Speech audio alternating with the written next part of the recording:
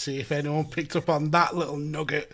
What was that? Hello, holding my newfangled mug up. Oh, yeah. Yeah, with your preferences written on the back. Yes, well, Yeah. any all is a goal, sir. Any all. You're going to have to show it off now, Mags. You're going to have to show it off.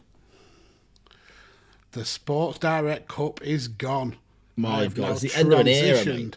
It's the end of an era. Big Dick's Coffee. And that's the reason why is because I love it. I love Big Dicks. Mags loves big dicks. It says on that mug there for everyone listening on the audio version later in the week. Fantastic stuff, eh? With no context. Yeah. Absolutely no explanation. Just cut that first bit out and just start with that sentence. Exactly. We were talking off there, weren't we, about how, you know, something like that would be of no benefit to me because I don't drink coffee.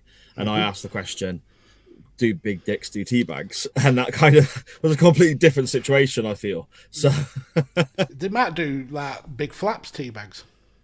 Okay. Anyway, what a start to the show. Good afternoon, good evening, good morning, wherever and whenever you may be listening or watching from. This is Chain Wrestling Live with Mags and Sai, the original, the first, and the best. A Radio Techers production. I am Sai, and with me, as always, is the AJ to my JJ, ain't I great? The TNA Wrestling to my Global Force. Do you remember that? Do you remember that being a thing? I sold my fucking gold to that guy and never got any money for it. Global Force Wrestling? No, he transitioned into Global Force Gold, which was like a cash for gold scheme. Don't tell me.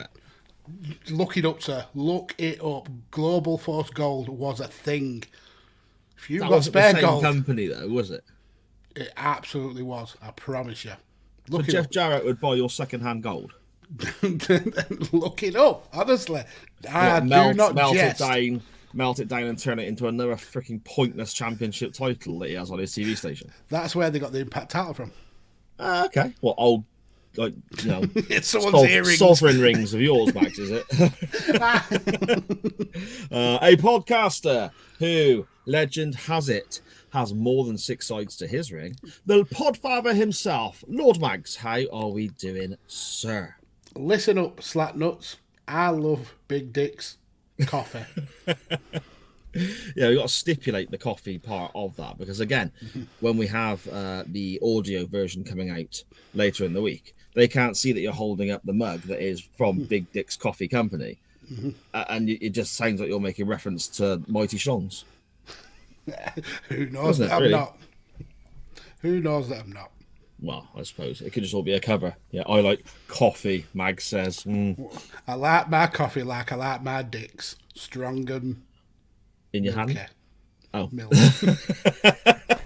Hey, we support all sorts of lifestyle choices on this show. Whether you drink tea or coffee.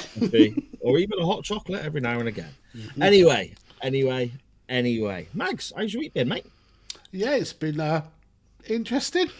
To say the least. I mean, a very select few will know this, but had some big news for the Mags family. Carlos.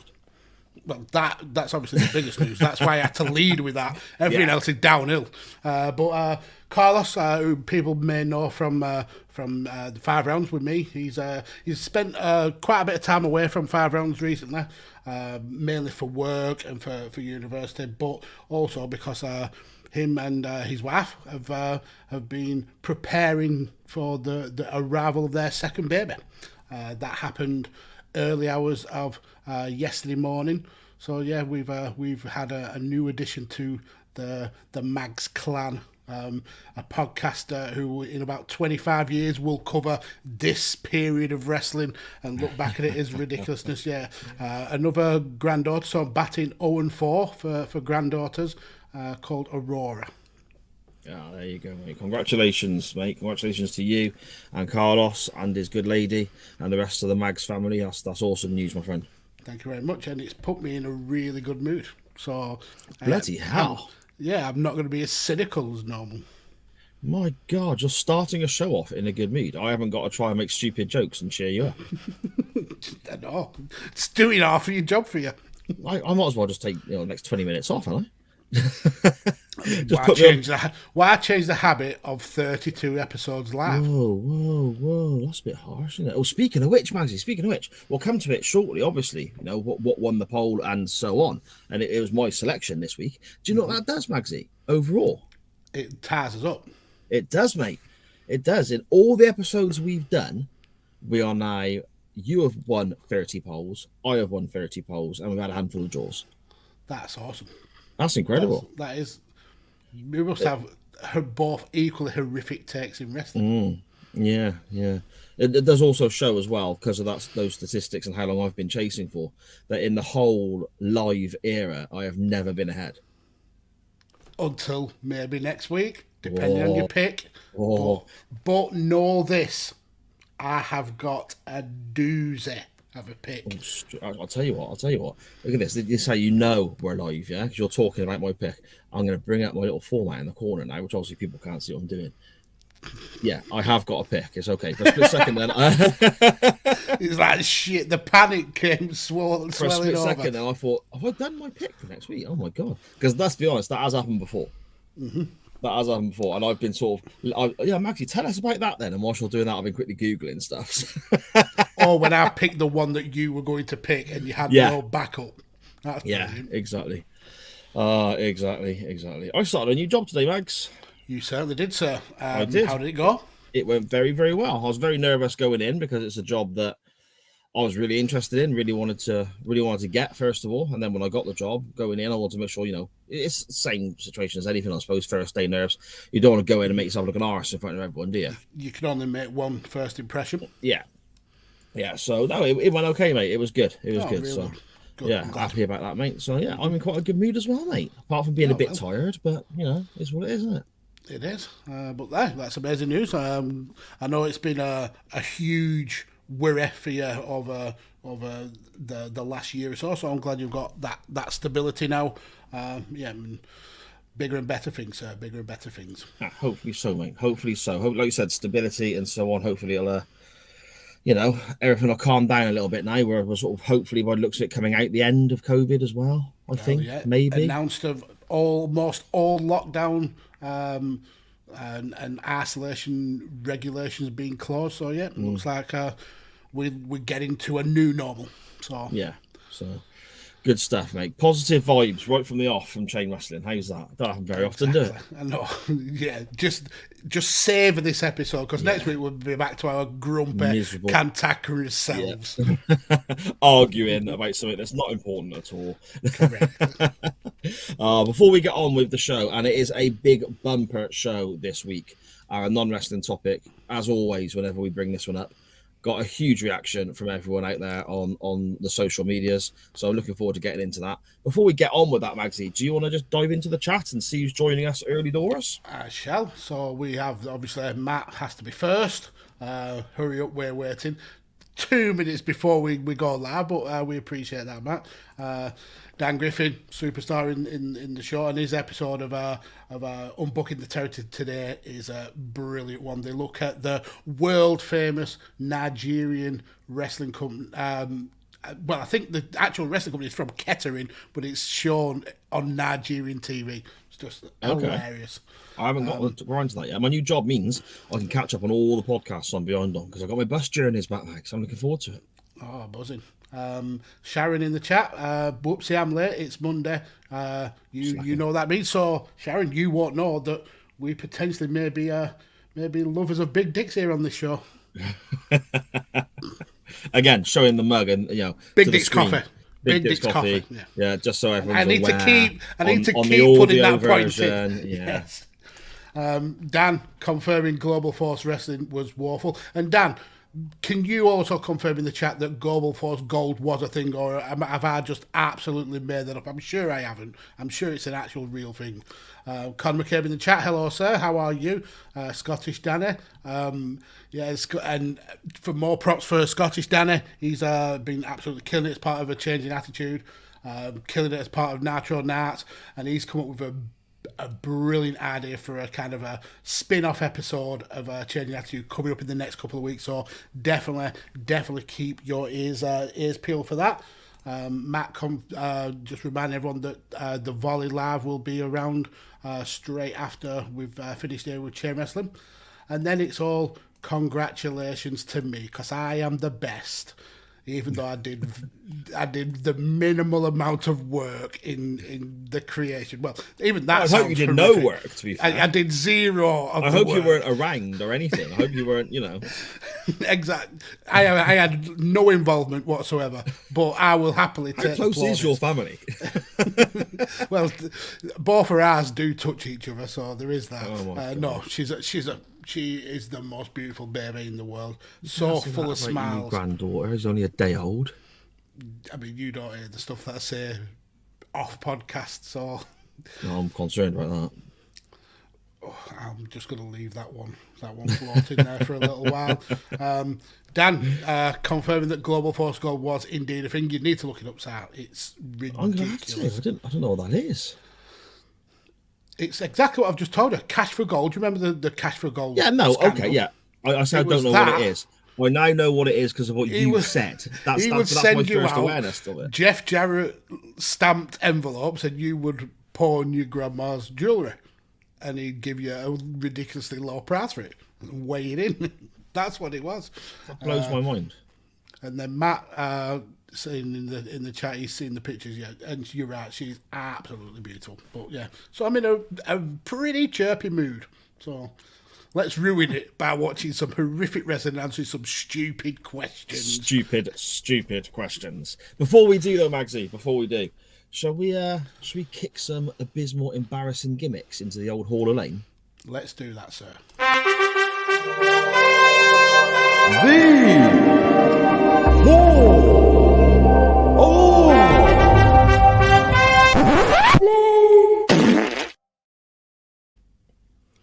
Okie doke. The Hall of Lame, where hopefully abysmal, horrible gimmicks go to never be seen again. Magsy, what you got for us this week?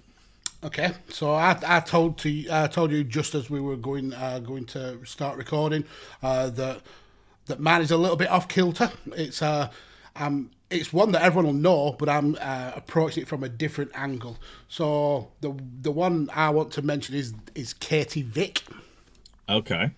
Now, I don't need to tell everybody the story of this. This is one of the most infamously, ridiculously booked storyline. But essentially, it meant that Kane had killed his girlfriend in a car crash, and Triple H attempted to have sex with the corpse. Blah blah blah blah blah blah. Right, but I want to approach it from some research I did for an episode of Badlands from a while ago. You'll find it in the archives and. Give it a listen because this is brilliant. So the episode was about merchandise. Yeah, I remember this. Yep. And there was actually some Katie Vick merchandise that was available, and the guys at Wrestle Crap, and that is where if you want some all of lamers, you go to Wrestle Crap because they have catalogued everything that is ridiculous about wrestling. So someone from Wrestle Crap. Bought this limited edition merchandise. So apparently it came. It cost them first of all $200 for this bunch of merchandise. It contained more than just the outfit, the skirt, the top, the pom poms. It came in. I think they said 4 bags, 4 like see-through kind of Ziploc bags. In bag 1, it had scrolled across it all signed, and I'm going verbatim from what they say. So it says apparently it was a 3-year-old who had his first Crayola that wrote it, and in this first bag they found a bra, 4 pairs of panties, and all of those had been signed by Triple H. Oh my god! Right, so the next. The bra size was 36C, for all those who needed to know that. They also had some socks, and apparently she was very troubled when it comes to her feet because she had 6 pairs of socks. Some of them that Andre the Giant could have got both his feet in at once, to ones that couldn't cover a normal person's big toe. There was a certificate of authenticity, which was signed by Linda McMahon. Of course it was. cost reasons. Yeah, why wouldn't it be? Then the outfit itself, and the guy says perhaps if he lost £150 and his penis, he could dance around it in the outfit to the delight of nobody. So he laid out his bounty across the floor, one cheerleader outfit, 3 pom-poms, and he didn't even dare question why there was 3. 4 pairs of panties, a bra signed by his least favourite wrestler of all time, and 6 pair of oddly shaped socks. So going into the Hall of Fame is the merchandise of one Katie Vick. And that's not official WWE merchandise, surely. That's not. No, that's chucking away some stock, and no, they sold it. They bought it from WWE. It was just that one. Blows my mind. One box of ridiculous merchandise. Potentially the worst, most in poor taste storyline ever done. Mm-hmm. But that ironically, so not the worst. Ironically, not the worst merchandise, because on that same episode we covered the Hulk Hogan meat shoes. Meat shoes. Don't you not meat shoes, mate? I'd have a pair of Hulk Hogan meat shoes now if I could. The guy that made his own, he is a god amongst men. Yeah.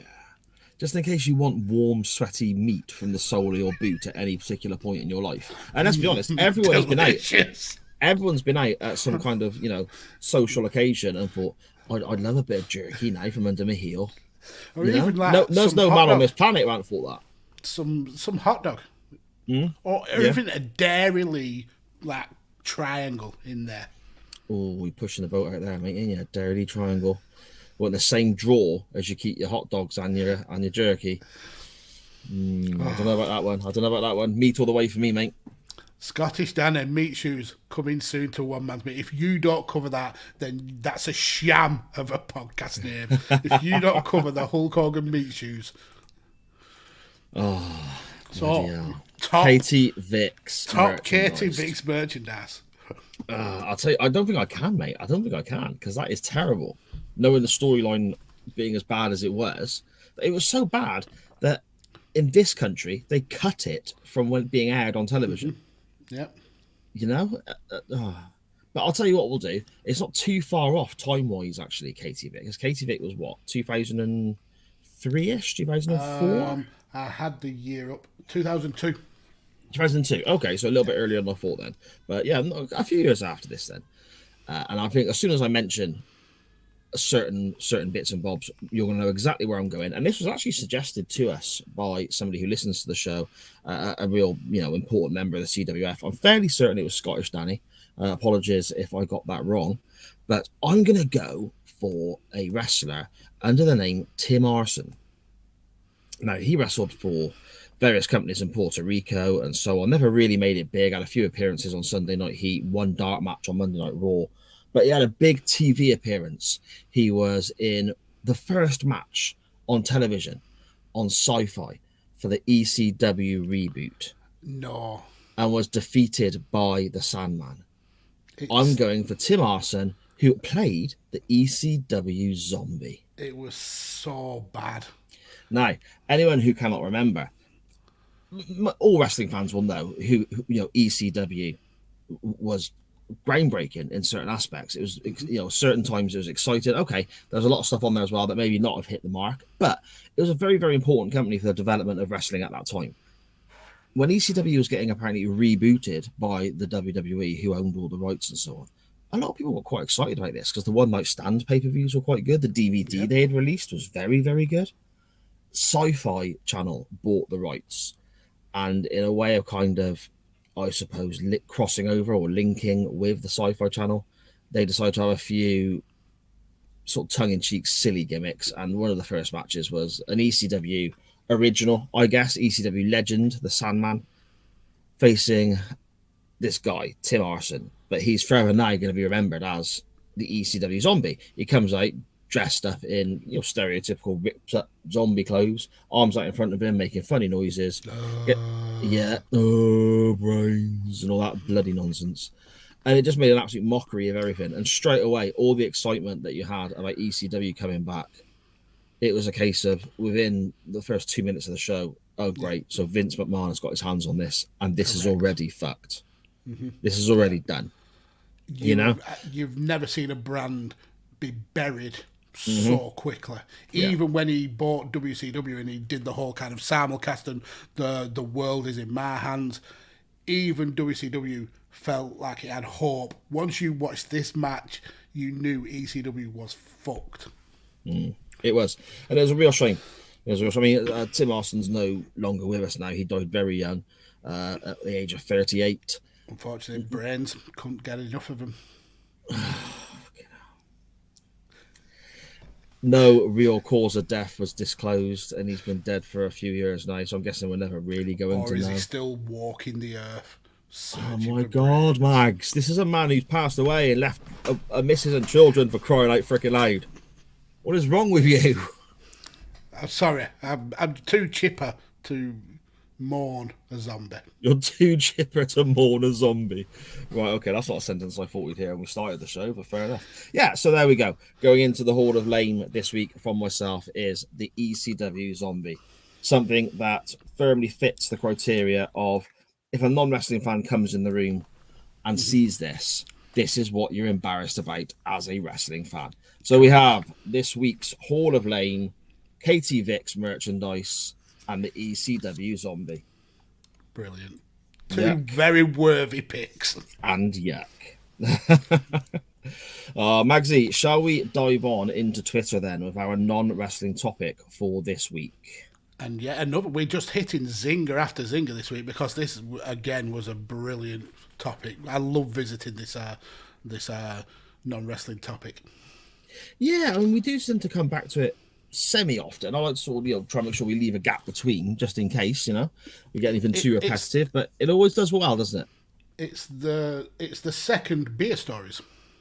Yeah, exactly. I will tell you what, since we've gone live, I think we've only ever done one of those drunk stories. Maybe Dan's been drunk. Dan's been drunk 64 times since then. He'll have a full episode's worth of stories for us. Yeah, maybe we should bring drunk stories. It'd be 9, drunk stories 5, drunk stories 6. It must be something like that. I think it's 5, maybe 5. Yeah, okay. Anyway. This week's non-wrestling topic was literally Ask Us Anything.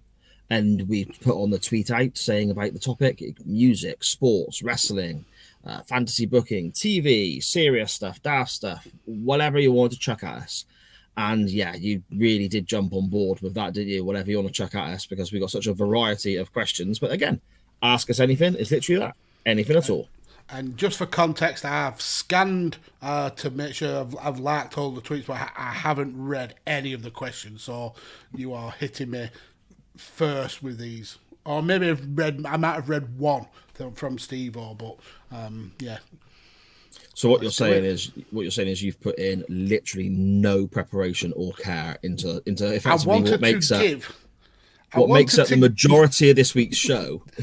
I wanted to give an organic answer. I didn't want time to kind of think of it. I just wanted it to come off the cuff and be natural. Okay. Well, let's see how that goes. Plus, I didn't answer any of the questions. Let's just see how that goes then, shall we? We will start with good friend of the show, Mr. Dan Griffin. And as always, I'll read these out on Twitter as the order they came into us. At Dan Griffin 21 on Twitter. If you could only watch 3 wrestling feuds, matches, promos, vignettes, everything, etc., for the rest of your life, what would they be? Interesting. Rock Austin. Okay. Austin McMahon. Oh, yeah. Macho Man versus Repo Man. Easy. Macho Man versus Repo Man, about the hat. When he repossesses the hat, correct. Is that seriously your third choice you're going with that, are you? Not Omega Okada or anything like that, no? Why would I go for quality wrestling when I've got the Repo Man, the greatest wrestler to have ever lived? So you're going to just be like this all the way through today's episode, are you? Pretty much. And onto the volley. So good luck, Matt. This is what you're dealing with on the volley, Matt. I have to agree with Millwall Chris, who said Flair Steamboat, because I always go back and revisit 1989 it is good. NWA all the time. I've got a soft spot for Shawn Michaels Triple H in 2002. We looked at a couple of those matches recently. Of course you would. Yeah, well, of course I would. You know, Shawn Michaels is my guy, isn't he? And you get the SummerSlam match, the Survivor Series match, those brilliant vignettes and music packages, and that moment where it's like, oh, it was you, Hunter, when he realizes it was him that put him through the window and so on. And then I couldn't decide between Austin and Rock or Omega Okada. Omega Okada also getting quality wrestling. Austin Rock, you're getting pretty good wrestling, maybe not to the same level, but you get so much more there as well. Because it spans years, doesn't it? And you get all the little moments in the Royal Rumbles as well and all that sort of stuff. So I'd probably go Austin Rock myself as my last one. It's essentially a 5-year career feud. I mean, we've spoken about it before, how this certainly for The Rock was a career feud, and for Austin it was one of his 2 career feuds. So it's a great pick. And then you get that just for the WrestleMania 17 Maui promos. You can't beat them. Fantastic. Yeah. Yeah, I think that would be the one.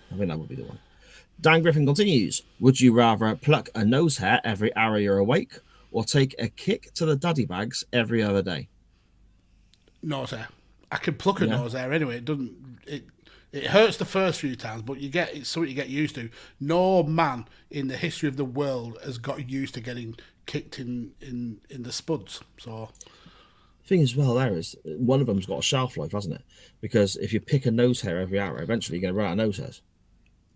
Exactly. So then you've got a bit of time for it to regrow. Whereas knowing that every other day you're getting a wallop in the spuds, so there's no option there. Yeah, I'm with you on that one, Magsy. I'm with you. Millwall Chris at Millwall Chris 1 on Twitter, and apologies if it seems like we're firing through some of these a little bit quick, but we had so much come in this week and we can't go on all night. I got work in the morning for a start.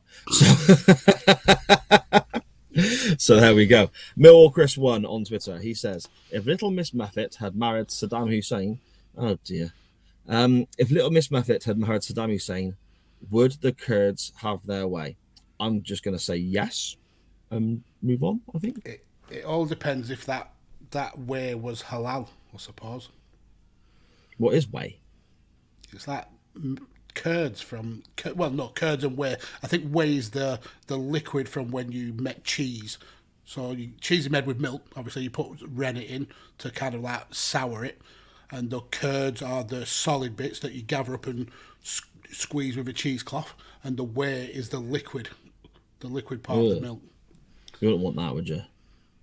Gammy cheese liquid. It'd be tasting like skim milk that has been skimmed over and over and over and over again. Like bad Quavers flavoured milkshake or something. Oh, not a good look, man. Not a good look. Oh, bad cop wrestling podcast on Twitter at Good Bad Wrestle. He asks here, as I didn't get an answer on Radio Techers, sausage sandwich, red or brown sauce? Brown all day, mate. Brown all day for me. Magsy? On sausage sandwiches, no sauce. No sauce. In fact, if anything, I'd go with the same answer that Dan says on the replies. Mustard. Yeah, but choice of brown and... That's not the question, is it? Right, well, then the answer is choice of the sauces, none of the above. But that's not an option. It says here red or brown. It's like, well, okay. Hang on. If that's the way you want to play the game, you're ruining my vibe, sir. You are ruining my vibe. If that's the way you want to play the game, right? You've just had Dan Griffin ask you, do you want to have a nose hair yanked out your face every hour, or kicked in the bollocks all the time, right? And one of those you chose. When it came to putting sauce on your bloody sausages, you're like, oh no, I don't want either of them. Yeah, okay. So we'll play by the rules. I would have ketchup on it, and then I would fucking yeet the sausage sandwich into the bin. There you go. You've ruined it now. Now I'm going to have just fried egg. That's ridiculous. Do you not see how what you're saying just doesn't make sense? Because you were willing to pick the nose hair ball bag situation. But the sauce one, you're just like, no chance. Some questions, they just don't have a correct answer. The options are not the right options. The correct option in this... in the bollocks or having a nose hair pulled is the right options. No, clearly the option is I would rather do neither. But I would definitely rather pick a nose hair than eat a sandwich with ketchup or brown sauce on. Especially a sausage sandwich. Okay, so you would rather pick a nose hair every hour you're awake than eat a sausage sandwich with brown sauce? Yes. And You are that is a strange hill dude. I will die on. That is a really odd thing to say. See, it's all in the chat. Everybody agrees. No sauce, brilliant. No sauce is the way to go. All Mag's happiness gone because of a fictional sausage. Yet you have ruined my joy, sir, by making me stick to an arbitrary rule of having sauce. It's not me, it's the question. They took the time to tweet into the show to ask us a question. I think we should do the best we should do is answer it. I'm leaving this pinned up for a good 30 seconds. Because Conor Conor McCabe in the McCabe, chat. for such a young pup, he's got an old head on his shoulders. Good. See, if good I was given answer. the option, I would like mustard. Yes, I would. Of course I would. And proper mustard. That's a good thing to do, Matt. It's right. He's wound me up now, so I'm going to be cantankerous for the rest of the episode. You thought you were getting happy, Mags. Si's ruined it. Stop unmuting my mic. Stop muting my mic. Stop unmuting it. Oh, for crying out Brilliant. freaking loud. Brilliant.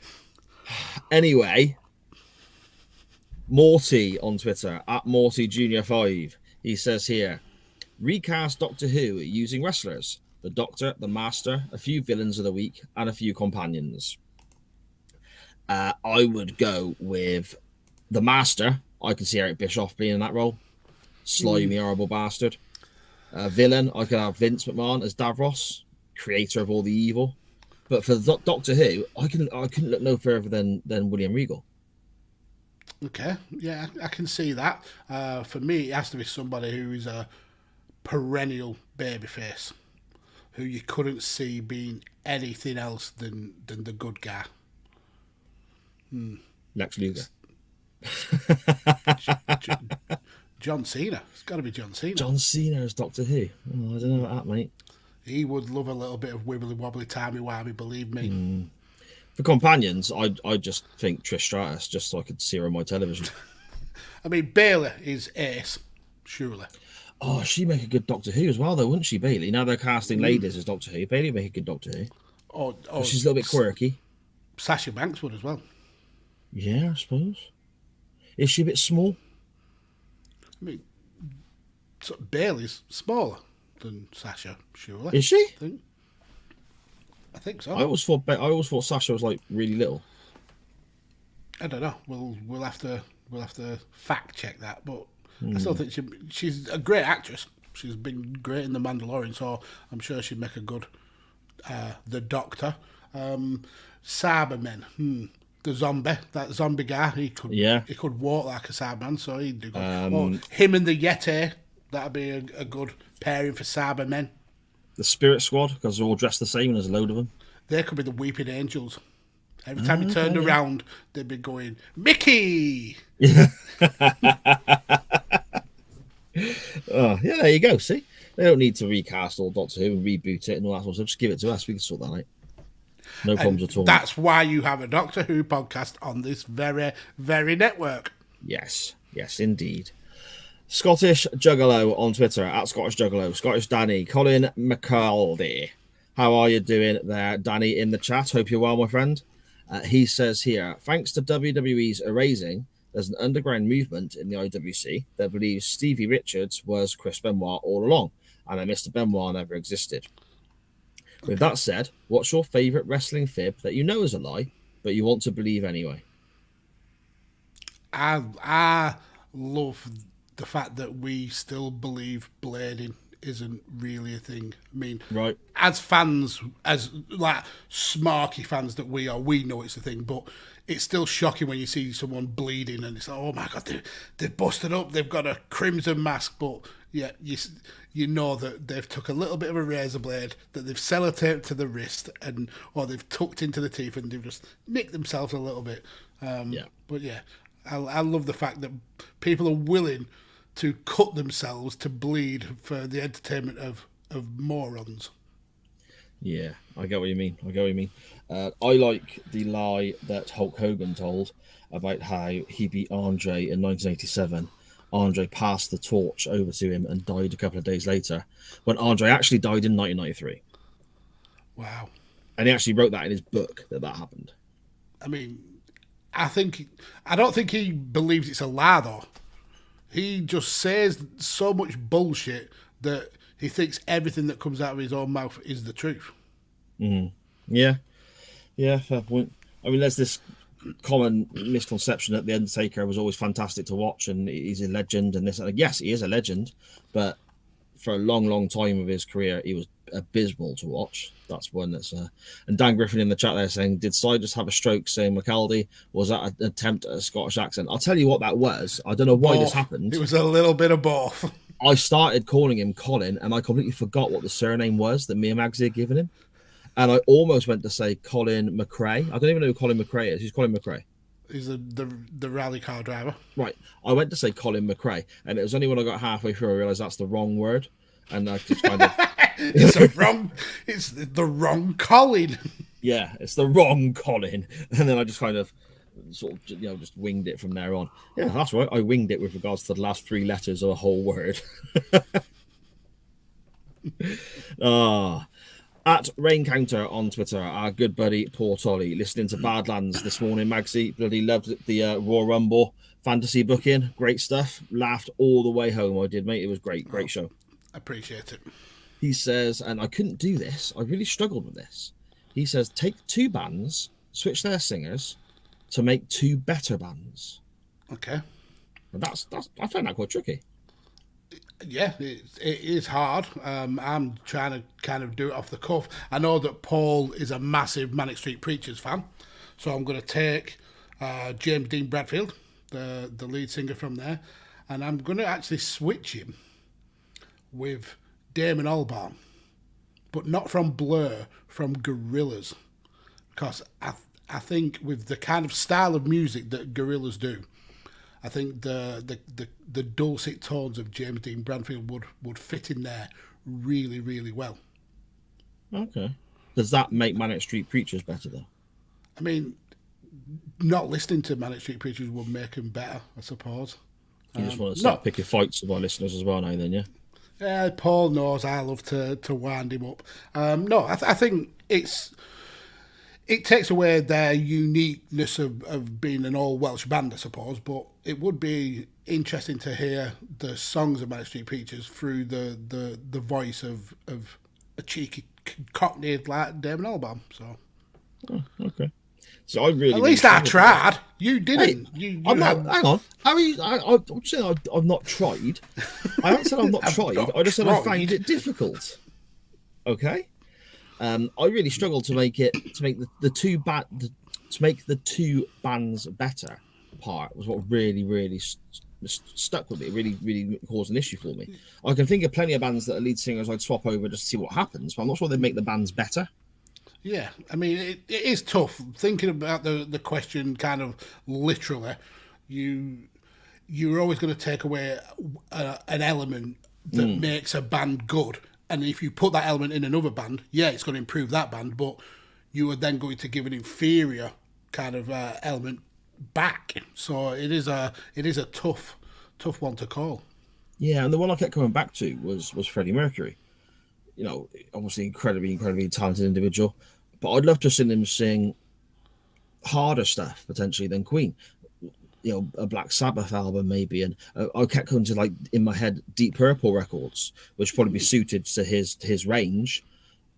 Hearing him sing on some of those Deep Purple records that Coverdale sang on or Ian Gillan sang on and so on, that would be interesting. But at the same time, there's no way that any of those guys would go the other way and make Queen a better band. So it falls down there as well, doesn't it? I mean, the Black Sabbath one is probably the closest shout, because if you have Ozzy Osbourne belting out the hits of Queen, whilst it might not be as good as Freddie, it would certainly be unique. So it'd be nowhere near as good as. I mean, I love Ozzy, but nowhere near as good. No, I get that, but at least there's that kind of unique element to it. You're always going to struggle replacing Freddie Mercury, because he will always make every band you put him with better, because he's so talented. He was so talented. You think so? But you lose that element in Queen then. Yeah. So it's a ridiculous question, Paul. Idiot! Don't come with this bullshit again, sir. See, I was literally about to say that's a really good question, Paul. Thanks a lot. But all right. We have here JA at 80s and 90s Wrestling on Twitter. Snog, marry, avoid. Ravishing Rick Rude, Morrissey, Steve Bull. Okay, so Snog would have to be Rick Rude. Okay. Because, I mean, look at him. He's a Greek god of a man. Marry, I would go with Steve Bull. Yeah.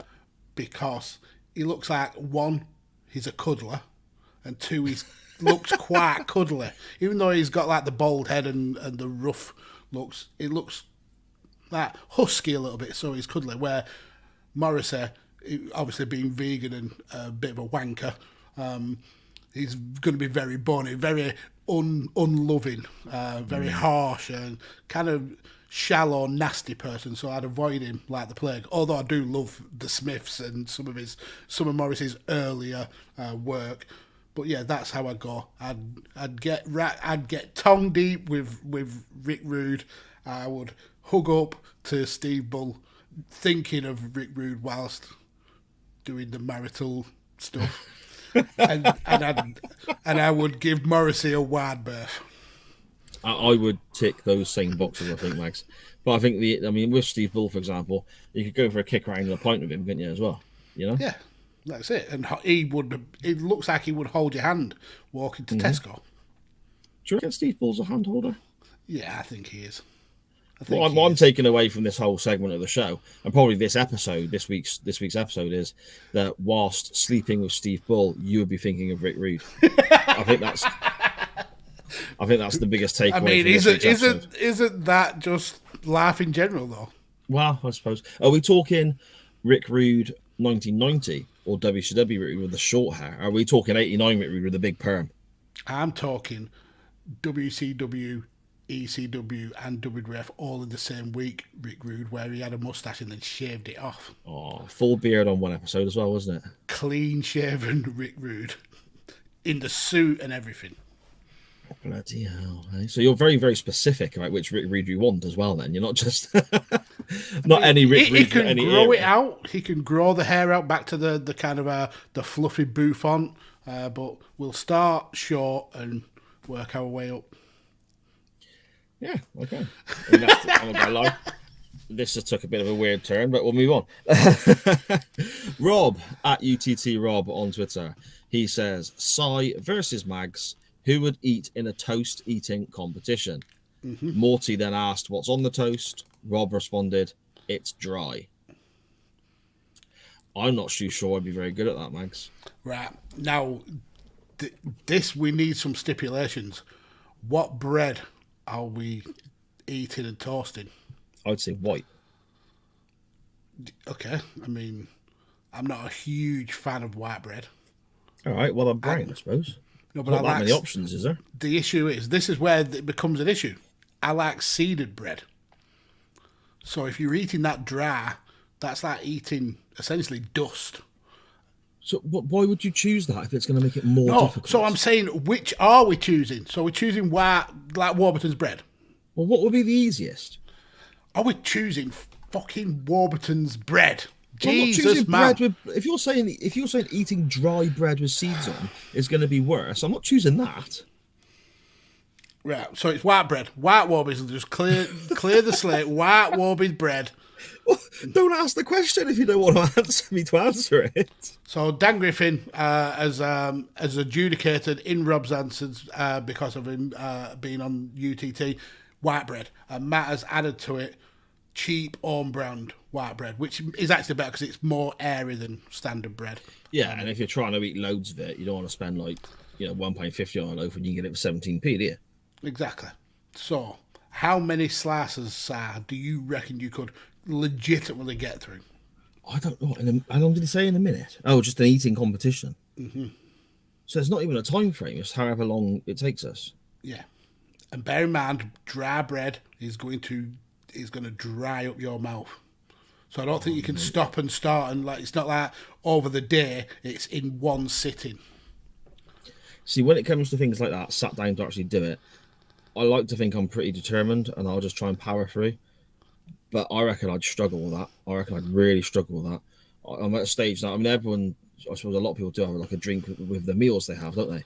I'm at a stage now where I have to have a drink with my meal. I don't know if it's an age thing or whatever, but it never used to produce saliva. Yeah, it never used to bother me until literally like a year ago. It never used to bother me, but now I've got to make sure I got a drink with my food. Okay. So if I'm eating dry bread, I imagine that'd be even worse. Dry toast, sorry. So for context, I've tried the dry Weetabix challenge.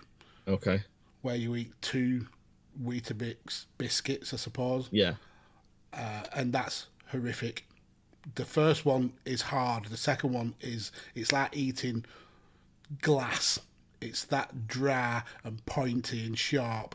So bread, it wouldn't be as bad as that, but it certainly come close.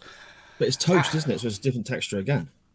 Okay, yeah, that's it's hardened, crispier bread. Brilliant. Yeah, I know what toast is. I'm just you're talking. Oh, for goodness' sake, what is wrong with you this week? I'm going to put down a number. I think I could eat 4 slices. I'm going to pitch 4 slices. I'm going to go 5 then. Well, fuck off. Right. You would win. Jesus wept. Thanks, Rob. Another ridiculous question. I don't know if I could do 5. So we should do that next week. No, I don't want to.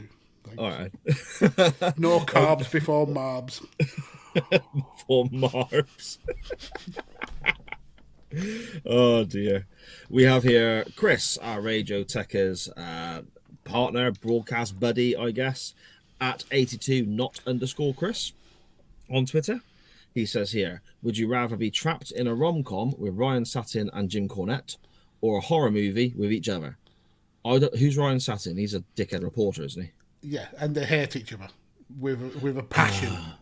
So are they the subject of the rom-com? They hate each other and end up getting along in the end and becoming a couple then? I would assume so. Or essentially it may be a love triangle. So what? You're the third it'd be a wheel. Square, wouldn't it? Because it'd be you and me in there, so it'd be 4 of us. I think he's saying, like, if one of us singular was in this rom-com and then we're in the horror movie together. Oh, okay. I mean, the answer's simple. We'd be in the horror movie together. Surely. Why would we? Do you want to be in a rom? Are you picturing you'd like to be in a rom-com with Jim Cornette and Ryan Satin? I think you need to look at the criteria of this situation here. Oh, okay. Look, now the rules don't apply when Sarah wants to answer the question. The bollocks, the rules do apply. Listen, okay? Ryan Satin, Jim Cornette rom-com, right? If they are the subject of the rom-com as a couple that don't get along and then get together, okay, it'd be shit because, films like that normally are. But at the end of it, you get a wedding and a piss-up. Grand. If you and me are in a horror film together, that depends entirely upon if I can outrun you or not. That's fair. But what if you're assuming that rom-com is about them being a couple that get together? You're kind of missing the fact that it could be them trying to woo you, and you're the protagonist of the show, and you eventually would have to make that choice. I suppose. How I Met Your Simon. I'd take the chances in the horror movie then. I mean, as 5 Nerds Go says, you'd win because apparently I have no legs, so I can't run away from the murderer. This is true. But the murderer may take pity on someone who looks like a Dalek. So there we go. Win-win. I like the way you're just going along with this now and just declaring that you look like a Dalek. That's amazing. Live the gimmick, sir. Live the gimmick. The Burnley Chainsaw Massacre. Scottish Danny in the chat. Brilliant stuff. Yeah, I reckon horror movie then, Max. I reckon horror movie. Yeah. I think most horror movies, people who die in horror movies are stupid. I think you and me are intelligent enough to avoid it. I thought you were going to go the other way then and say, so we would definitely be dead. No, it's like, I don't understand. Why do they run upstairs? Mm-hmm. Go out the front door. Why do they answer the phone when it's an unknown number? Well, that's true. Yeah, that's true. Mm-hmm. Loads of stuff. Idiots, mate. Idiots. Yeah, they are. Why are they out driving that late at night when their car is obviously going to run out of gas? The needle says E. With no lights on and no seatbelt and picking up passengers. You fucking deserve what you get. To be gutted with a big knife. Brilliant. Anyway, Millwall Chris at Millwall Chris 1 on Twitter. He asks here, you have to go 10 minutes with one of these wrestlers in a street fight. Who are you choosing? And the options are, Magsy, Brock Lesnar, Bobby Lashley, New Jack, Terry Taylor. I'm taking New Jack because he's dead and he can't fight back. Oof, so you're going to beat up a dead body? Well, no, I'll just declare myself the winner after 10 minutes because he ain't getting up, is he? No. You have to lay punches in, so you're willing to punch a dead body. You have to face these whilst they're alive. That's the rule. The answer's obvious, isn't it? It's the stupid Red Rooster. And in fact, this is good because you could go the first 10 minutes, give him a proper good kicking, and just when he thinks it's done, I'll have my 10 minutes and carry on the fucking whooping on Terry Taylor. Yeah, fair shite, mate. Fair shite. And then Brock, Bobby, and New Jack all get a 10 minutes as well. I'd even dress as the Red Rooster just to piss him off whilst I'm kicking his ass. Just dye a Mohican red. Just stick the fuck out of him. My Mohican as well would be like way tall as well because my hair's quite long. and I'd dress up in a tuxedo and pretend to be interviewing him backstage for Coliseum home video. Oh man, we have here Cherry Jerry at heel Cherry Jerry on Twitter, and he says, does Cody Rhodes have 141 2/3% chance of showing up at WrestleMania? And there's a video attached, which I'm assuming I probably should have watched before asking the question. Same. I mean, I probably should have given the video the question a like as well, which I didn't. Sorry about that, heel Cherry Jerry. But yeah, he appears at WrestleMania. He's got to, surely. Yeah, I reckon. Yeah. I reckon.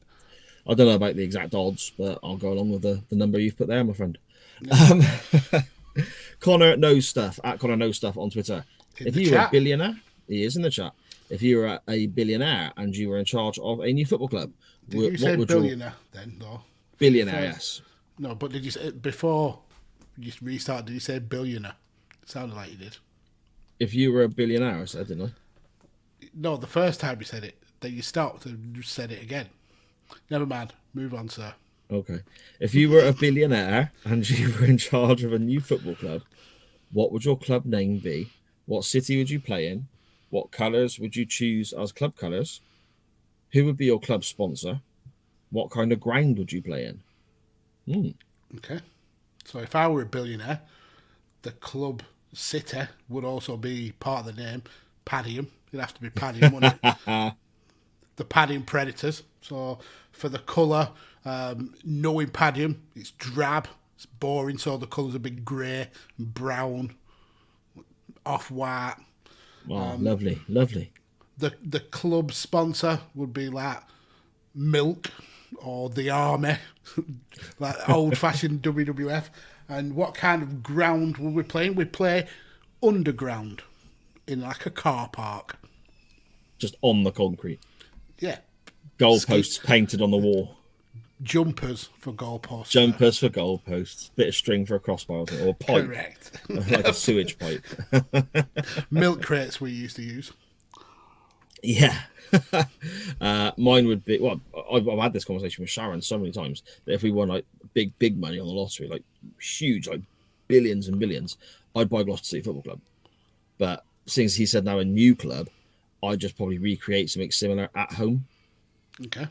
You know, so the name would be obviously something, I don't know, Gloucester Tigers, Gloucester Rovers, something along those lines, I suppose. So I couldn't use Gloucester City. We obviously were playing Gloucester. I convert Gloucester back to the yellow and black stripes. That's what they should be wearing, not the colours they've changed to recently, which annoyed me a great deal. Club sponsor. I think shirts look great without a sponsor, so I just wouldn't have one. Or I'd do the Barcelona thing. No. Yeah. No, I've always detested shirts without a sponsor. Really? Unless it's an international. Yeah. No, I've never been a fan. Never been a fan of them. They always look like you scrubbers couldn't even get yourself a sponsor. No one likes you enough that they're willing to attach their name to your shirts. You absolute dossers. Anyway, what kind of ground would you play in? I'd recreate the old Meadow Park before the floods to the exact spec of how it looked. Wow. Prime 1997. Absolute no ambition whatsoever. What do you mean no ambition? That year we nearly went up, mate.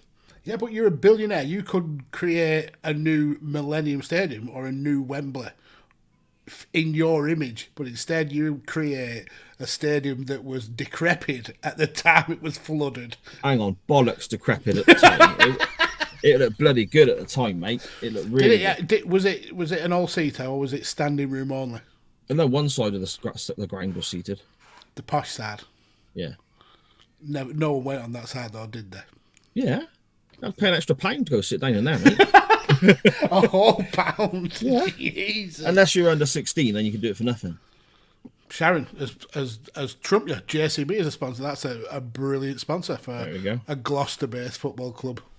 Yeah, fair enough. I think Gloucester was Heartland Motors for a long time with the sponsors. Oh, that's classy, isn't it? Yeah. In our yellow and black striped shirts. Just go to the biggest kind of employer or the biggest like factory in Gloucester and say sponsor us. It'd be like Unilever or something like that, I suppose, wouldn't it? Actually, in Gloucester itself. I suppose. I probably got that completely wrong, and there's somewhere much, much bigger. Yeah, offended listening to this. I'm never listening to him again. How dare he not know what the hell's he on about? Connor knows stuff continues. If you could sign, hang on, what we got here? Sharon in the chat, my good wife. If it's a rundown old wreck, then it's in his image. Thanks, love. Really appreciate you contributing there. Thank you very much. The Matchbox Factory, Sharon suggests there as a sponsor as well. Yeah, I suppose. Cathedral City cheese. Is that even made in Gloucester? I don't think it is it? Is Gloucester the cathedral city?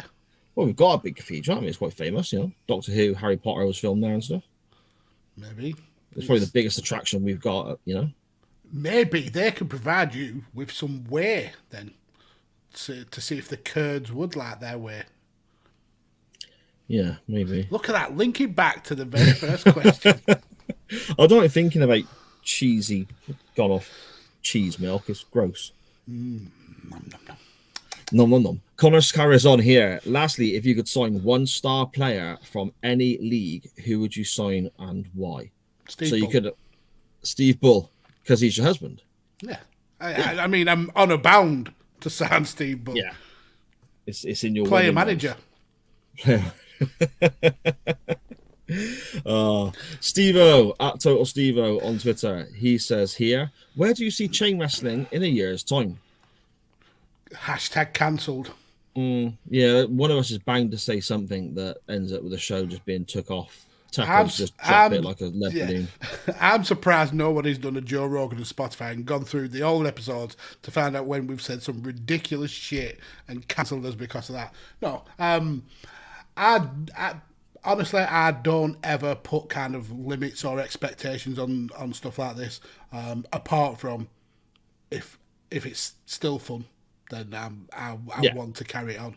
If it becomes huge, which it's everybody's dream, obviously, to kind of this become a living and really kind of essentially making money from doing what you enjoy. But if it doesn't, it doesn't. I still think we'll be talking absolute bollocks about ridiculous wrestling and answering stupid questions.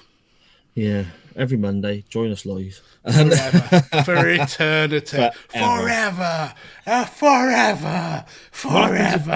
What happens when one of us dies then? Then I've got my legacy all lined up. They all know like the royal family, they're all next in line for the podcast for on. So if you die before me, I'll be podcasting one of your kids. And then one of their kids. And one of their kids. Yeah. I better go brief the girls in, I suppose, what they're up to when I pass away, yeah. Don't have any aspirations of a job. Don't have any aspirations. You gotta go sit that funny little corner in Daddy's bedroom that he's put foam all around the sides and he's got cables hanging all over the place from. You gotta go sit down there. Just bring them all into the room, line them up, and then just point and go, one day, all this will be yours. All this will be yours. Look at it. You can't even fit a glass of squash on the thing. This so small. is my legacy. Steve-O also asks, Lesnar versus Reigns again next year's WrestleMania. No, it's got to be Reigns versus Rock. It has to be. Yeah, I'd have thought it's so. built to that.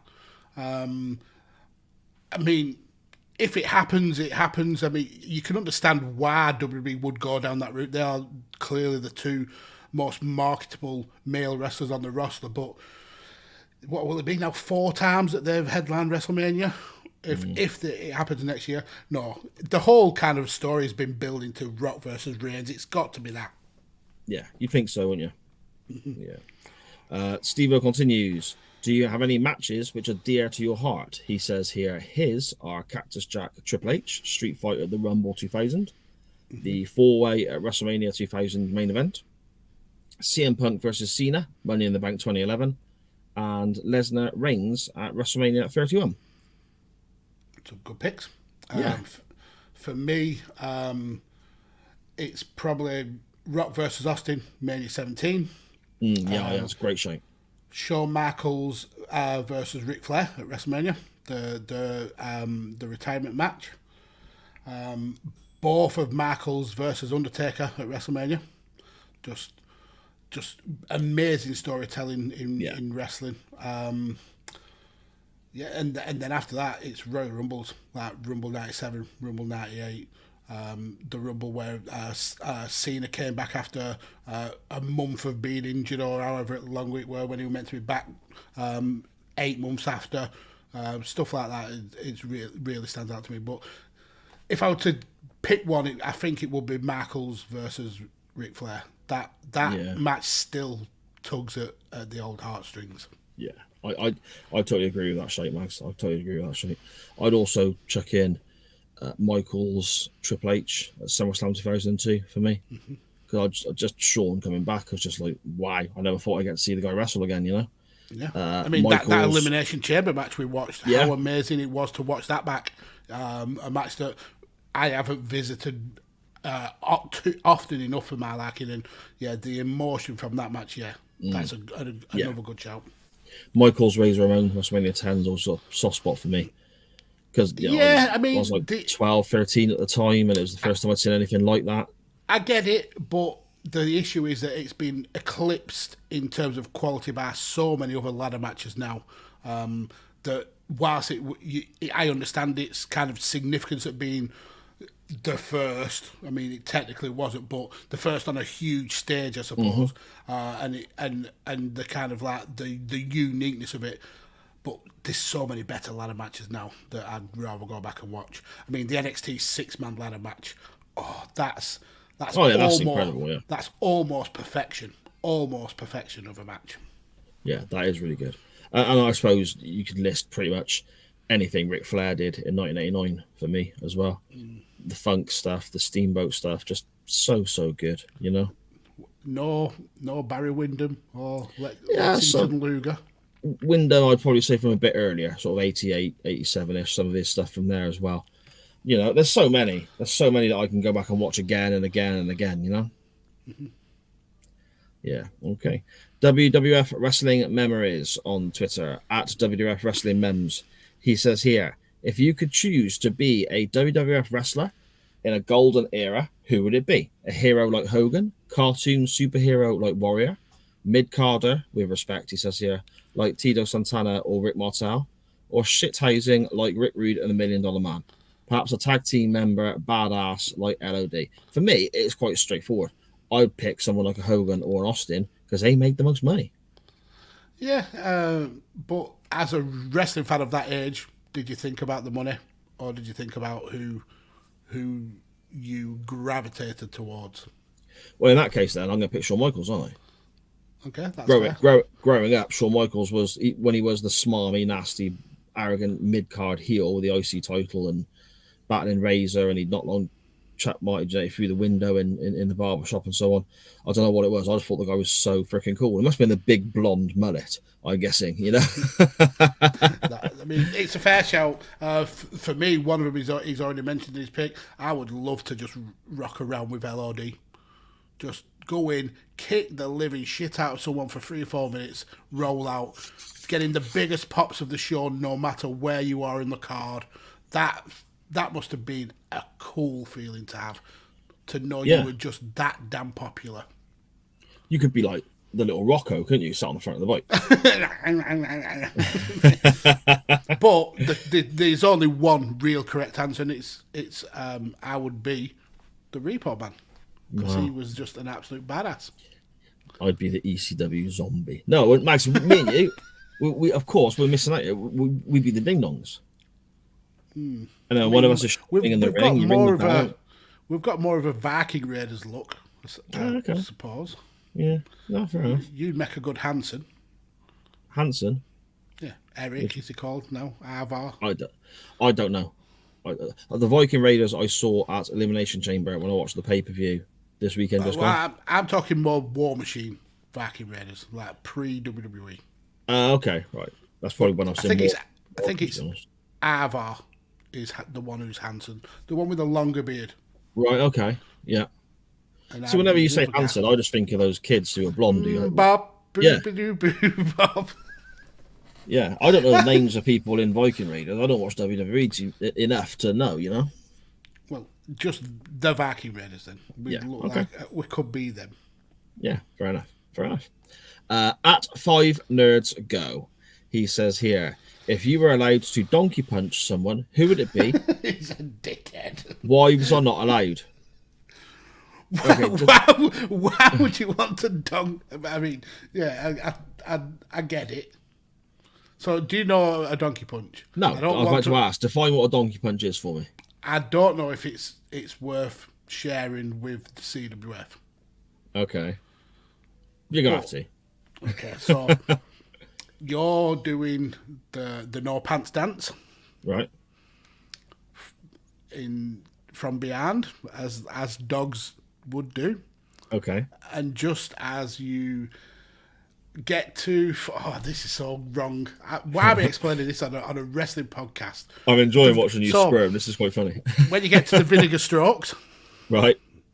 You punch your partner in the back of the head, so everything seizes up.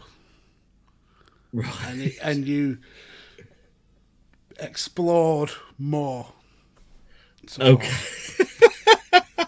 That was horrific. Matt from 5 Nerds Go, you are an absolute cretin. Oh, that is amazing. I'm not even sure I want to answer that live on a broadcast like this, because whatever I say, I'm going to get in trouble. I mean, the answer is Rick Rude. Well, or Steve Bull. Yeah, I suppose. And you got to make a decision. Do you cheat on your husband? Do you go with the attractive Rick Rude? You just get a picture of Rick Rude, put it on the back of Steve Bull's head, and then you get to A, sock Rick Rude one in the chops, and 2, you get to donkey punch Steve Bull. So it's win-win. You get to donkey punch Steve Bull, so it's a win. Oh my goodness. That's as much win as we're getting. Yes. In this situation. He continues, with Masters football returning, pick a 6-a-side team. So we've gone from donkey punching now to picking a football team. You know, that's a bit of a turn, but okay. So are we talking just any players or historical players? Well, I'm assuming Masters football. I took it as being guys who are potentially retired. Okay, so... But maybe you get them in their prime or get them, like, you know, I don't know. So let's go in goal, David Seaman. So we've got to pick 6. So defensive, I would go Rio. Okay. Think he may be the best ball-playing defender that England's ever seen. Just so talented. Lining up behind him, or side of him, maybe someone like Ashley Cole. Midfield. So you're going all English, are you? Well, yeah, I'm patriotic like that, sir. Okay, so I'm gonna look like a shitbag when I do mine. you can be the evil foreigners. Okay, sound. So I'll take in midfield Matt Letizia. Then 2 forwards, Shearer, Andy Cole. Okay. Oh, okay. See, I went with just players that I really adored when I was younger, as a kid. Not thinking like a realistic team from the same country or same club or anything like that. Just putting together a six-a-side team from players from that era that may have played Masters football, I guess. So I got Buffon in goal. Wow, good shout. Is he Because not he's still like, playing? yeah, he's like 97 now, isn't he, or something? And he is a master. Defensively, I've gone for Rio as well. But I've also got Paolo Maldini in there because I watched so much Italian football when I was younger. Like, this guy was amazing. He was so damn good. I've got Paul Scholes because he's just one of great shout. I've not seen masses of live football, but Paul Scholes was probably the best footballer I've seen play live. He was just in, and I was lucky enough to see Zidane on one occasion for about an hour before he got substituted and stuff like that. But Paul Scholes, I'm not saying Scholes was better than Zidane, but for my limited viewing, Scholes ran the game. He was superb, you know. So that's why I gone with him. And sorry, go on. I was just going to say it's testament to how good Paul Scholes is that Xavi said he modelled himself as a player on Paul Scholes. Yeah, exactly. And then attacking wise, when I was very little, I thought Eric Cantona was the dog's bollocks. As a United fan, so that's a big one for me. But one of my all-time heroes is Roberto Baggio, so I'd have Baggio in the side as well. That'd be my six. Ponytail. Yeah, I love watching just Italian football growing up because we didn't have Sky or anything. Baggio was it for me. I thought the guy was fantastic. So with James Richardson on that's right. Go Lazio. Yeah, sat there drinking his coffee, reading the newspapers. He could tell you any old bollocks, but you would believe him, wouldn't you? I wonder if he drunk Big Dick's. Big Dick's coffee. I wonder what Italian is for Big Dick's. Big Dicka. Brilliant. Not stereotypical at all, Max. Well done. And lastly, Five Nerds Go here says, would you rather be alerted to Tony Khan big announcement tweets hourly for a year or hit by Francis Ngannou once a month? So, I don't know who that is. So take that pick then. Because he's the UFC heavyweight champion of the world, and he's also looking to transition into boxing, and apparently he's lined up to maybe fight Dillian White and then potentially Tyson Fury and Anthony Joshua after that. So he hits hard. He hits like a train. So I think I'd go with the Tony Khan. I'd take the tweets because I could just drown him out. Yeah. Whereas if Francis Ngannou hits you, he hits you into next week. So yeah. And even through the night, if you're getting notifications on your phone through the night, you know, you drink enough, you don't hear them, do you? Exactly. You know? Tony Khan just makes you drink yourself into a stupor. Brilliant. And finally, for this week, we have Matt Willis, who has sent them in via WhatsApp once again. Because magazine. He can't just stick to the rules, can it? So do you know what? I'm going to answer. I've answered all these others sensibly. I'm going to answer his ridiculously. Okie doke. He says here, first of all, it's like, I don't care. I'm not even going to argue with you on it. I've lost the will to live. We spent half the show talking about sleeping with ravishing Rude and stuff. So, you know, I don't think I can get after milky cheese, milk or whatever. He asks here, what's the first wrestling match you remember watching? Oh, it's probably, and I don't think I can single it down to a certain match, but the first real memories of watching wrestling is watching it. I mean, we've spoken about it multiple times, but it's watching wrestling with my gran, and her like heroes were guys like Warrior and were guys like Macho Man. So they were man. So they were the essentially the first real memories of wrestling I have. I couldn't specifically pin down a single match, but it certainly will have been involving one of those two guys. Yeah, okay. I'm kind of similar, really. I can remember sort of situations where I was watching when I was really little, but I can't remember specifics. I watched a lot of like Wrestling Challenge and Superstars and those sort of shows around my nan's house. There was a lot of squash matches. I remember Tatanka from like 92ish when they still had the white tights on. Mm-hmm. That sort of time. One of my most vivid early memories is watching, I don't know if it was when it happened or a replay, but literally of Michaels throwing Jannetty through the window. That's really vivid in my mind. A big iconic moment. Yeah. And then I can remember seeing Vader and Ron Simmons, not wrestling each other, but Vader, Ron Simmons, those sort of guys, Dustin Rhodes on Worldwide when I was, I don't know, 10, 11, potentially. So I couldn't tell you who they were facing. Probably, just enhancement talent, I imagine, because of the nature of the show. Yeah. Matt continues, what's your favourite spirit and why is it Apple Jack Daniels? It's not. That's grim. Not. It is honestly grim. That and anything kind of cinnamon alcohol, just absolutely grim. As I've aged, it's become whiskey because I'm classy. I'm a classy chick. So I'm partial to a decent whiskey. I found that I don't like Scotch whiskey that much because of I'm not a fan of the peaty kind of soily taste of it. So it's mainly either Irish or maybe American Japanese whiskies. But my actual favourite right now is a Welsh whiskey called Penderyn Legend. Really, really nice. Really smooth to drink. That taste of a little bit of vanilla, I suppose. So a little bit sweet, but yeah, that's a lovely drop. Oh, okay. See, I've always liked rum for years and years and years now. Spiced rums and so on. I really enjoy that. I remember once going out on a pub crawl, and my sister's boyfriend got me a Navy's dark rum. Never had it before. It was maybe the worst thing I've ever drunk. It was that. I mean, I understand now why sailors used to drink rum, because that kept me warm for about 45 minutes. It was horrid to drink. Yeah. I like a nice, proper expensive, proper nice vodka as well. Mm-hmm. So vodka story for you. Okay. Going off kilter. So this week was the World Vodka Awards.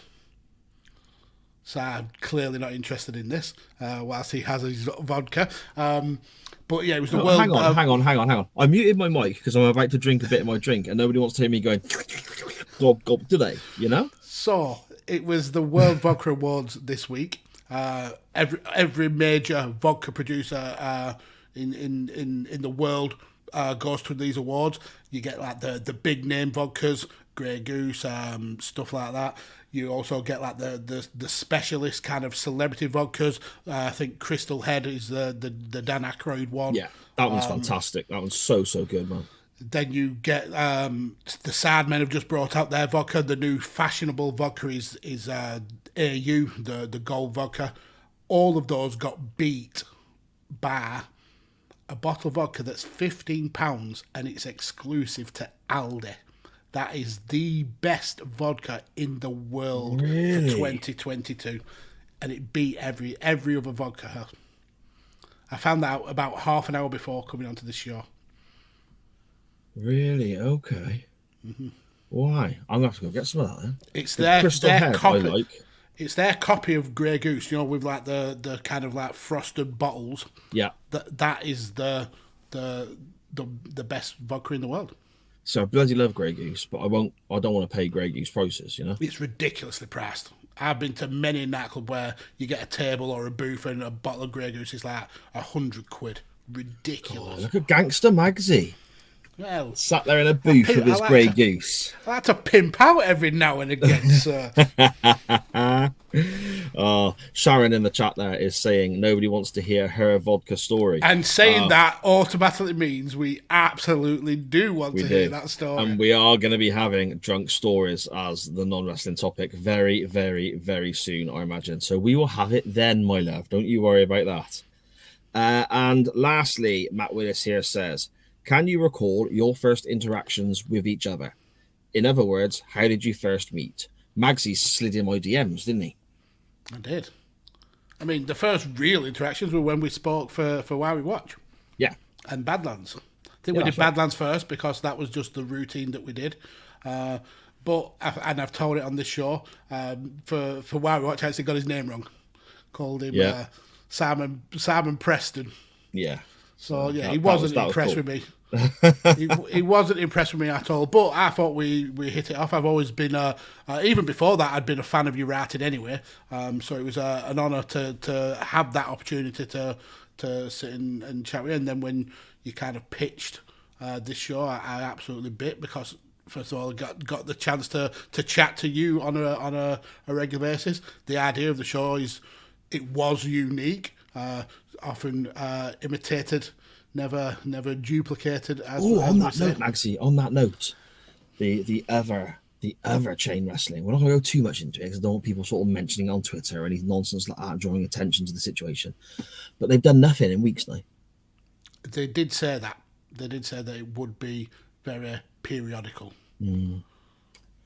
Yes. Not like us, Magsy. Over a year, 63, 64 episodes. Mm-hmm. There you go. Consistently adequate. Yes.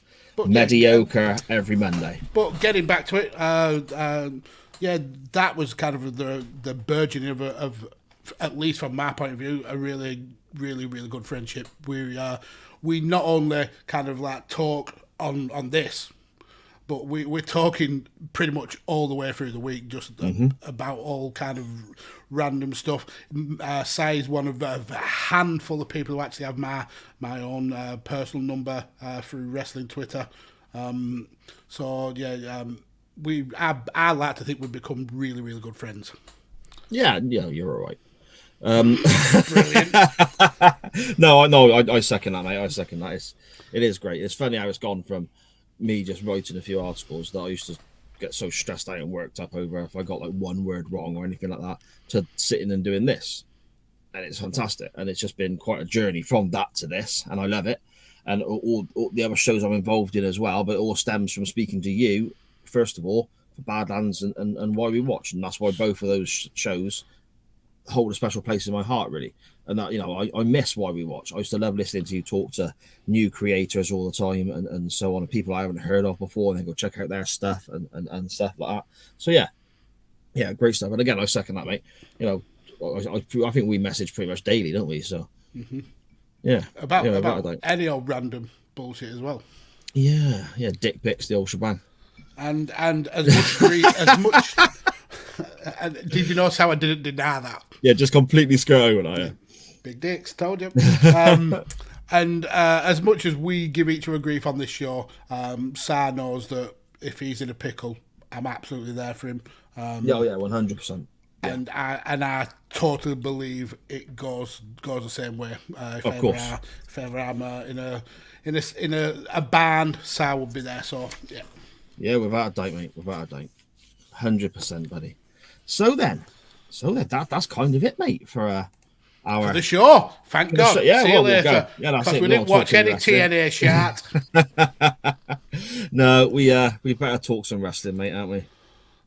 I don't know if we really want to, but we might as well. Let's get ready to rumble!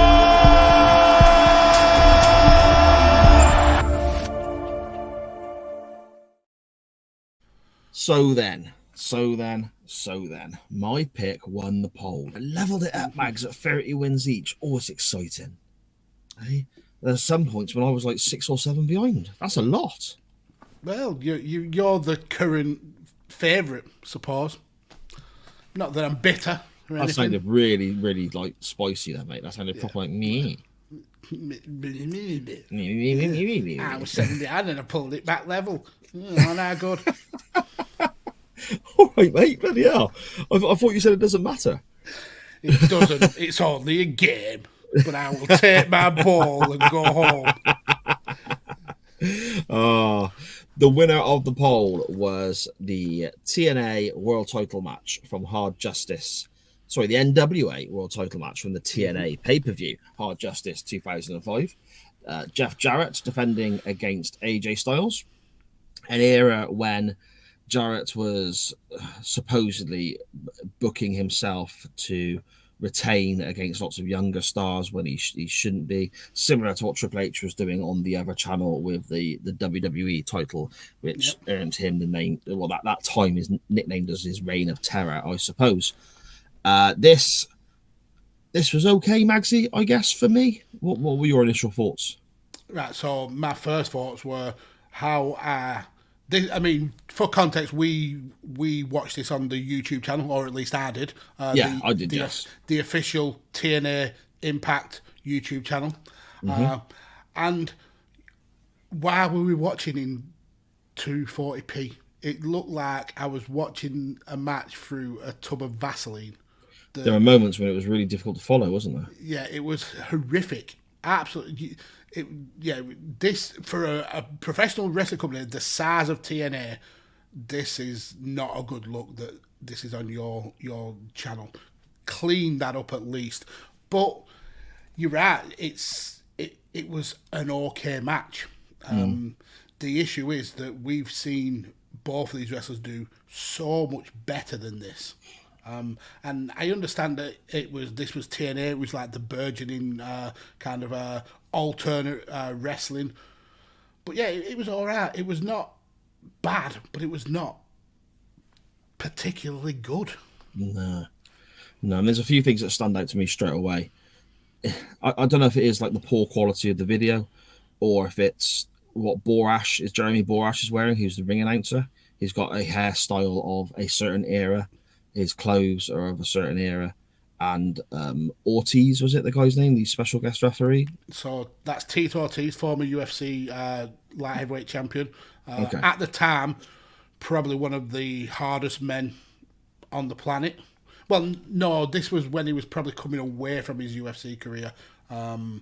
So he would have been one of the hardest men on the planet. But this was kind of feeding off how Shamrock in WWE was a big deal. So everybody wanted like a UFC star in their ranks, I suppose.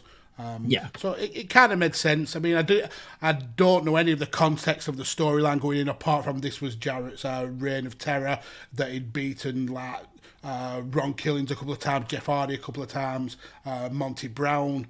So he was holding on to this title for dear life. And then obviously Ortiz was their special guest referee. Yeah, so you had Borash looking the way he did with his tan and his big collars and his hairstyle with the little highlights in. You had Ortiz coming out wearing a certain type of tracksuit or whatever he had on. And then when he lowered his hood or whatever it was, or his hat, he had bleached Eminem style hair as well. Mm-hmm. And then you had the entranceways, which, by the way, I loved, the two separate tunnels and the smoke and so on. But the laser lights they used, for a match that was in 2005, it felt very 1999 to me. Yeah. What really stood out to me was when Jarrett came out and he did holding the guitar up and the fireworks went off.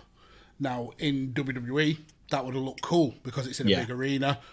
In TNA, it looked like someone had set some fireworks off in the front room. The smoke just went absolutely everywhere. Way too much pyrotechnics for such a small arena. It looked 2-bit. It looked like a overhyped indie. Mm. Yeah, I mean that's a really good way of putting it, actually, Max. And a lot of TNA did feel that way. Even when I was watching it on like a weekly basis, and you were still getting the pay-per-views on either Bravo or Challenge or whatever station it was, because we got it all for free over here for a few years, didn't we? Mm-hmm. It was always in the same place, the Impact Zone, as they called it. They didn't tour. I'm talking before, Hogan and Bischoff and all that came in. But you still had some bloody good stuff going on. You had some good wrestling, some fantastic matches. Yeah, and then there were other moments where it looked so amateur. The X Division was... The X Division was phenomenal. The X Division I likened to the kind of the Lucha Libre cruiserweight division of WCW when they weren't getting the time that they should have got, and they were the ones that were stealing the show week after week. That was the X Division. And then Jeff Jarrett is the Hulk Hogan. He became everything that he detested. Yeah. A couple of quick things I want to ask you about then, Magsy, since there's a couple of things here that we haven't really covered or touched upon in our, I don't know what it is, I'll have to look it up, 65 episodes or whatever we're on. I'll just quickly shout them out to you and then let's have your thoughts. The NWA World Championship belt. I think whilst it's not one of my favourites, I think it's a classy looking belt. The kind of domed globe on the top. Yeah, I think it just screams quality. Yeah, okay, I agree. I love that championship belt. Again, going back to what I used to adore, Jim Crockett Promotions, the NWA, and so on. Love that championship. The 6-sided ring. Amazing. That was TNA's USP for me. That was a reason to tune in. It gives the wrestlers so many kind of different options. And I hated it when Hogan came in and made it a four-corner ring. I fucking hated it. That 6-sided ring it's different, and that's what made it stand out. Yeah, I totally agree. Whereas I can understand why they changed to the 4 sides. I mean, Bischoff has explained it on his podcast a few times. The way he explains it makes sense. Yeah, absolutely. To me, the 6 sides, it gave him a bit of an identity, even when it wasn't. I suppose, again, quoting Bischoff, I guess, ironically, they're not going to be better than WWE, so they have to be different. Yeah, correct. I think that kind of worked on that aspect. And then lastly, and this is, I suppose, quite an open-ended question, really, or quite an open-ended bullet point, I suppose. TNA in general, Magsy, we've barely covered any. What are your thoughts on the impact of the wrestling business, and did it have any level of importance at any stage, or are we overstating certain events? I think you have to give them credit for being the little train that could. Yeah. I mean, how many times have they been dead in the water, whether it's through bad dealings from the Carters or through Jeff Jarrett, and they just seem to be able to kind of keep bouncing back. Now, that's obviously not something you want over a long term, but they've been able to survive. So you've got to give them props for that. But I didn't watch a lot of this TNA. I'd watch it if I was flicking through the channels and I'd catch it, but it wasn't something I would stick around to watch week in week, because it was in that kind of period where I just wasn't interested in wrestling anymore. I'd been kind of like turned away from the product. Going back and watching there's some stuff that I absolutely think is amazing. The X Division Ultimate X matches, absolutely superb. Being seen Elix Skipper running across the top of a cage to do a Hurricane Rana, phenomenal. The comedy with Little Petey Pump and Big Papa Pump, brilliant. Yeah, brilliant stuff, yeah. But it's never been a show that's ever been really on my radar for week in week. So I give them props for surviving, but I wouldn't miss them if they weren't there. Yeah, okay, fair enough. I mean, there was an era where this was Sharon and I's wrestling show. Mm-hmm. We kind of, I would still try and keep up with Raw and SmackDown, but it was a lot of crap for quite a few years. I suppose some people say it never really recovered, but there you go. Whereas TNA was new and it was something different, something I'd never seen before. It may not have been completely new to this country, but when I first discovered it, it was new to me. And as you said, the X Division, AJ Styles, man, I'm a massive AJ Styles fan.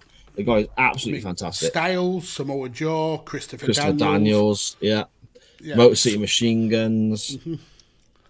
Absolutely fantastic stuff. And as Dan says in the chat, TNA Impact had a huge influence with X Division, the Knockouts division. Yeah, again, I've got to give them props for that, pushing women's wrestling way before anyone else was.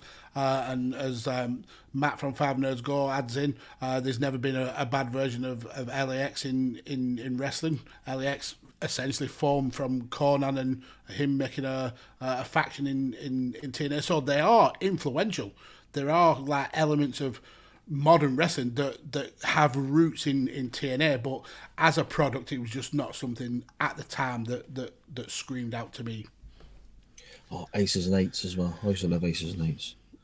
Yeah. Okay. I mean, this match here, though, getting back to our topic, 2005 Hard Justice NWA World Title match. We start actually with quite a bit of nice wrestling, Mags, don't we? Some waist locks, some takedowns, some hammerlocks, back and forth, a few counters, and so on. I still think it looks, well, even the sound of it, maybe the way the ring is mic'd when they're taking bumps and so on, it still comes across, like you said, glorified indie as opposed to a real alternative at this stage. Mm-hmm.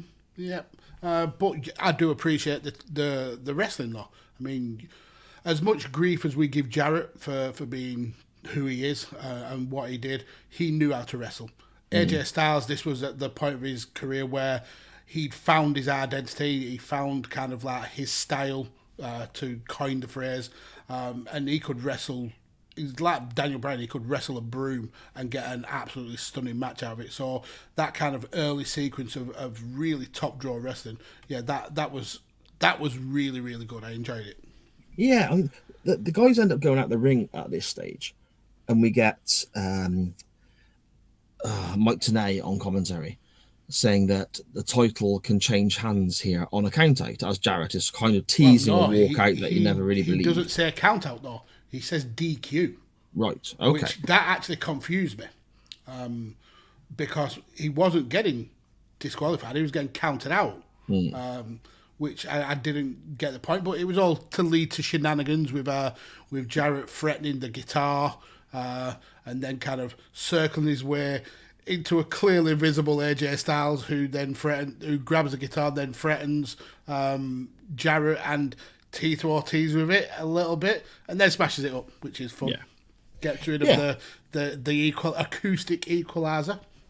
But my point is that the whole thing about TNA championships changing hands on whether it was a DQ count out or the champion's advantage, I suppose, as it's referred to sometimes in other companies, not existing in TNA.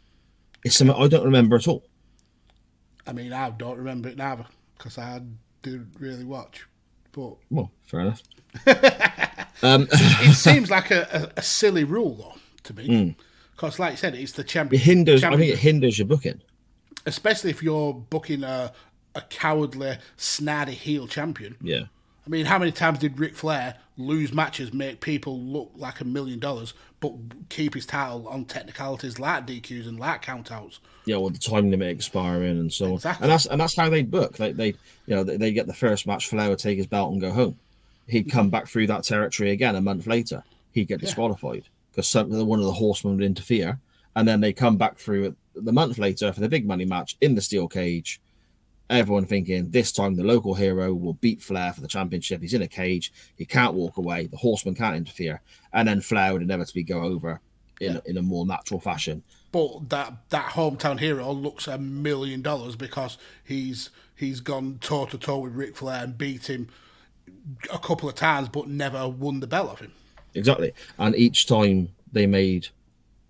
in theory, not every occasion, because different territories are different, but on each time they would make more money on each rematch. So they'd be selling more tickets and making more money on a match that they've already promoted a month ago. Mm-hmm. So exactly. Simple, and you're kind of taking that element away potentially by having the champion's advantage go, I guess. But anyway, Jeff Jarrett starts, I suppose, planning for the figure four here. Speaking of Ric Flair, funnily enough. He starts working on AJ's knee quite early on with some sort of I don't know what they call it, a shin breaker, where you pick them up and it's almost like a shoulder breaker, where you're dropping the shin on the knee. And he does one into the top turnbuckle as well, which is quite spectacular. And this is something about the match that annoyed me, because when we get to the finish, AJ forgets about that working on the legs, and it's even mentioned by, I think it's Matt Tenay on commentary, saying even though he's attacked his legs for the majority of this match, AJ is able to kick out using his leg strength. Well, no, he wouldn't be able to do that, would he? Unless he'd forgotten that them legs had been worked on. Yeah, there you go. He does get the figure four. Sorry, Double J does get the figure four onto AJ, I suppose, halfway through the match. And to me, that almost felt quite early, because halfway through this match was only about sort of 7, 8, 10 minutes in tops. And we're already getting to the point where Jarrett's putting his finisher on, having tried to wear down the guy's knees. And again, as an old school Flair fan, it felt quite early in the contest, or quite quick, I suppose. And for me, when that kind of thing happens, it telegraphs the finish. I mean, if you were going into this match and not knowing the result, you would think, oh, he's slapped on his finisher quite early. He's probably not gonna win this match because he's used his big moves so soon in the game. Yeah. I mean, AJ reverses it by rolling onto his front, escapes the figure four, hits a really cool, really quick snap looking sort of tornado DDT from the middle rope, doesn't he? Absolutely brilliant stuff. And then for some reason, there's a bit of a shoving match, and Ortiz grabs Jarrett by the throat. Yeah, I mean, we see AJ go for the Stars Clash first. Yeah. Jarrett is eventually able to get out of it, and he lands the power bomb. Then we see, I think it's Jarrett goes for the stroke. I think it's called the stroke at this time. Yeah. Which again is countered. Another power slam, which you go into the well a few too many times. There's a couple of kind of like runs for like small packages and quick 2 counts, and then we see Jarrett hit the Stars Clash, which I thought was absolutely phenomenal. Obviously, with it being AJ Styles, but yeah, that whole kind of that Ortiz stuff. That comes a little bit later on in the match. We see the kind of swapping of finishers. We see the stroke from AJ Styles.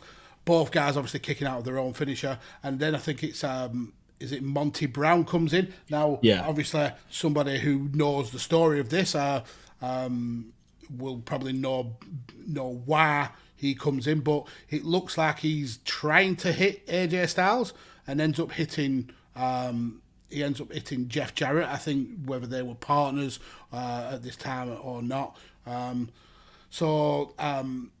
Then whilst Ortiz is pushing Monte to go back, we see another ref slide in the ring for the pin, and Ortiz just one leg yanks that. He's like, "Get the fuck out of my ring, bitch!" He's like, "This is my job." It's just with the one hand though, like just yoink, out you go. Yeah, it's funny stuff. It's funny stuff. He ends up leveling Jarrett at some point as well, doesn't he? Well, yeah, that pulling of the ref out allows Jarrett to hit the low blow, which how he didn't get disqualified, because Tito Ortiz is quite a bit taller than AJ Styles, and he can clearly see over him and can see the low blow, but it doesn't happen. That's when Ortiz ends up being pushed by Jarrett, and he just absolutely sparks him out, kind of like how Mark Tyson knocked out Shawn Michaels at WrestleMania 14. Probably not to as good of a level, but he certainly sells it. Jarrett sells that. Maybe. Yeah, perhaps. And then we see a move that AJ Styles doesn't pull off that often. The spiral tap, which is essentially almost a Phoenix splash, I want to say, with the way it turns. And he picks up the victory. Yeah, and that's it. We celebrate with the domed belt, and finally Jarrett is dethroned. Very quickly, Magsy, before we give our ratings, we have someone in the chat joining us there. Apologies if I butcher your handle here, my friend. Will Rally Sport. Sharon, thankfully, is there welcoming him in, letting him know what match we're looking at. This is Chain Wrestling, and we look back at matches that win weekly polls. As if you stick with us for the next 10 minutes or so, at the end of the show, you'll see how the show works. But this is the main event from Hard Justice 2005 TNA pay-per-view. Follow us on Twitter when we give it out later on. There's a link to the match on our Twitter. So yeah, and just to answer his question again, to reiterate Si's point, welcome to the show. Hopefully you'll return same time next week to join the CWF. But I haven't seen the Morrison and Taya Valkyrie stuff from AAA. I will be checking it out hopefully over the next couple of days. But I love John Morrison's real shithousery when it comes to his names. Yeah. Like when he was Johnny Impact and stuff Johnny like that. Johnny Nitro, when he's like Johnny working with Bischoff, yeah. Yeah, so him being called Johnny Superstar just as an extra dig at WWE, yeah, I love it. He's, Johnny, he's underrated as a wrestler, so damn good. Yeah, very much so. So then, Magsy, where do we rate this out of 10, my friend? It's so middle of the road. Yeah, I'm almost tempted to go back and see some more matches of these guys, just to see if they do anything better than this. Because for me, I can't go higher than 6. Okay, I got 6/6.5. Okay. So I'll probably just go along with you, Max. I think I'll say 6 as well. That's a wise decision. Yeah, I'm thinking again, we go back to episode 1. Booker T, Steiner, we gave a 5. I would rather go back and watch this again if I had to choose one or the other. The Booker T versus Steiner. Yeah. In a indestructible straitjacket match. Are you mental?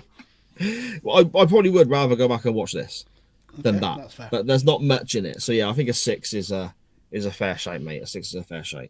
So there we go then. 6 out of 10 from the pair of us for Jeff Jarrett, AJ Styles, TNA Hard Justice 2005 main event. Magsy, the big question. If your selection wins, what will we be looking at next week? Okay, so I promised a doozy. Mm-hmm. And this takes a stretch, so let's just plan this out. So this match happened 2005, obviously, and even though it's said on the show, and we know through just knowing wrestling in general that these two guys have wrestled each other multiple times for the title, this is actually the first time that they face each other on a legitimate pay-per-view. Now I know TNA as a whole kind of selling point was weekly pay-per-views, but this was an actual proper monthly pay-per-view, and it was the first time that these two guys had faced off on one. So first time 2005. I want to go to another first time face off in 2005. Okay, a bit more grandiose, a bit more of a spectacle, and a hell of a lot more ridiculous. So I want to go to SummerSlam of 2005. Okay. To a match that happened for the first time ever. I want to go to the Heartbreak Kid, Shawn Michaels, versus Hulk Hogan. Oh, see, now you've mentioned this over and over and over again, and not on always one, but I'm not going to go there this week. I'm going to go out, and this is the match with the crazy overselling by Shawn Michaels, isn't it? Because Hogan was being his usual self, and Hogan was being Hogan. Oh, see, I've watched that back not recently, but a little while ago, and despite the ridiculous selling, it is actually a great match. It is actually very, very good because Shawn Michaels is fantastic. And on the undercard of this, I mean, we're not going to watch it, but we get the ladder match for the custody of Dominic Mysterio, which is brilliant. I'm your puppy. Hogan versus HBK. Oh, do you remember the vignettes for it as well when he dressed up like Hogan and with the Zimmer frame and so on? He shithoused Hogan because Hogan reneged on it being a 3-match deal, which Hogan was actually going to, the rumours and innuendo was that Hogan was actually going to win that 3-match deal. But then those plans don't work for me, brother. Yes. So Shawn Michaels shithoused him. The crazy overselling, making him look ridiculous. Oh, the one off the turnbuckle where he spins and it's so ridiculous. But it's rolling still out of brilliant. the ring. There's one, and I can't wait to rewatch it, where I'm sure it's just off a basic punch, and he rolls out of the ring and then rolls down the entrance ramp. It's so damn ridiculous. So make this win. Sarah, first of all, can't take the lead because then the show's cancelled. And second of all, it's Hogan versus Shawn Michaels. First time ever, and it's ridiculous. It is very silly. It is very silly, but also very good at the same time. Mm-hmm. First of all, this show won't get cancelled if I win, so don't go along with that at all. But my selection that I'm willing to put up against that is from a decade or so afterwards, and by my choices, by my reckoning, it's actually quite a recent match for me. It's not something steeped way back when in a dark, smoky room in 1986, for example, as I normally go for. And the link is quite simply AJ Styles. I'm a big AJ fan, have been ever since the TNA days. I was very fortunate to see him wrestle when he was the IWGP champion in my local leisure centre, believe it or not. It was amazing. Cool. And, him turning up in WWE was fantastic, and the run he's had there and so on. I looked up, in various ratings and these websites that chart things and so on, AJ Styles' best matches in WWE. And one kept popping up again and again and again. And it's when I remember being good that they're making it sound like it was better than I remember. So revisiting it is something I'd like to do. And I think I would like to go to SummerSlam 2016 and see AJ Styles versus John Cena. Now, this was a match that wasn't for any championship or anything like that. It's the same pay-per-view where I think Lesnar splits Orton's head open. Okay. This stole the show. And they had a trilogy of matches around this time. And this was the best of the three, according to the reports I've seen. So that's my choice. AJ Styles versus John Cena, SummerSlam 2016. Okay. So your picks are a nothing match between a good wrestler in AJ Styles and everybody's least favourite John Cena, or the ridiculousness and the pageantry of HBK and Hulk Hogan, two Mount Rushmore level wrestlers, just being absolute dickheads with each other. Oh, okay. If you want to put that kind of spin on it. You can vote in the poll by following us on Twitter. The poll will always be on Twitter, despite our other social media links as well. Mm-hmm. The poll will be out when the audio version of this show comes out, sort of Wednesday, Thursday-ish.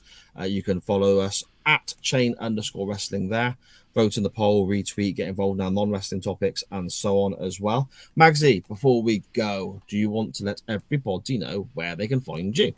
So, first of all, thank you for all attending today. We absolutely appreciate it. Thank you for all the new members of the CWF. Hopefully, we'll see you again sometime down the line. But you can follow me on social media. Down here on the Twitters is the main place where you'll find me, at PodfatherMags, where I'm an actual real lord. I'm also now on the TikTok thing, and I'm a bit of a viral sensation on there. I'm almost at 1,000 followers already. So hopefully that means we can wangle some way of going live on TikTok in some fashion. But yeah, you can follow me on there as well. I think that's Mags All Pods is my handle there. But in terms of content, Radio Techers, I'm all over the shop, whether it's the watch-alongs, whether it's 5 rounds where you get your UFC coverage, or whether it's straight after this show with the volley, where we'll be covering the week's Premier League action. Or you can find me on Chair Shot, where I cover older wrestling with a change in attitude and the potential what-ifs of wrestling with Badlands. So yeah, I'm pretty much all the shop. Yeah, and all brilliant shows as well. I'm so glad I got the opportunity to start listening to them on a regular basis now with my bus journeys to and from work, Magsy. And your listens are muchly appreciated, sir. There we go. You can follow me on Twitter at SJPWords, and you can also find my little group on Facebook where I post links to the shows I'm involved in as well. SJP, all the shows and info on Facebook. And that includes The Waiting Room, which is coming back soon. Benny and I are both changing jobs. We're both in the middle of real life stuff. So there's been a slight delay to that, but we have been talking, and The Waiting Room, the Quantum Leap podcast, is coming back very soon. The Doctor Who pod, that I do with Dan Griffin. Nitro Nights, covering WCW, week by week, starting way back with the first Nitro, that I do with our good buddy Scottish Danny. All available via my Twitter there. They've all got their own Twitters and so on as well, so you can find the links via that one. But the best way of doing it is, like I said, SJP, all the shows and info on Facebook, at SJP Words on Twitter. But most importantly, you can follow this show on Twitter, Instagram, Facebook, and that TikTok thingamy at @chain_wrestling. That's at @chain_wrestling on all of those. Give us a follow, chuck us a like, do all that good stuff. Get involved in our non-wrestling topics. Chuck us questions, suggestions. Vote in the poll for where you want us to go next week. As always, the show is always controlled by you. We go wherever you want us to go. We'll talk about what you want us to talk about. Just make sure you join us on a Monday, or you listen to us on the audio version, or both. We're always happy with that. Stick around in a few minutes' time for Matt Willis and Mr. Mags here. covering all the Premier League football from this weekend on the volley. Maxie, I'm very, very tired, so I'm off now to not edit the show, but actually go to bed for once. I know. I'll see you next week, my friend. Kenny, get Mars on tack. Bye-bye.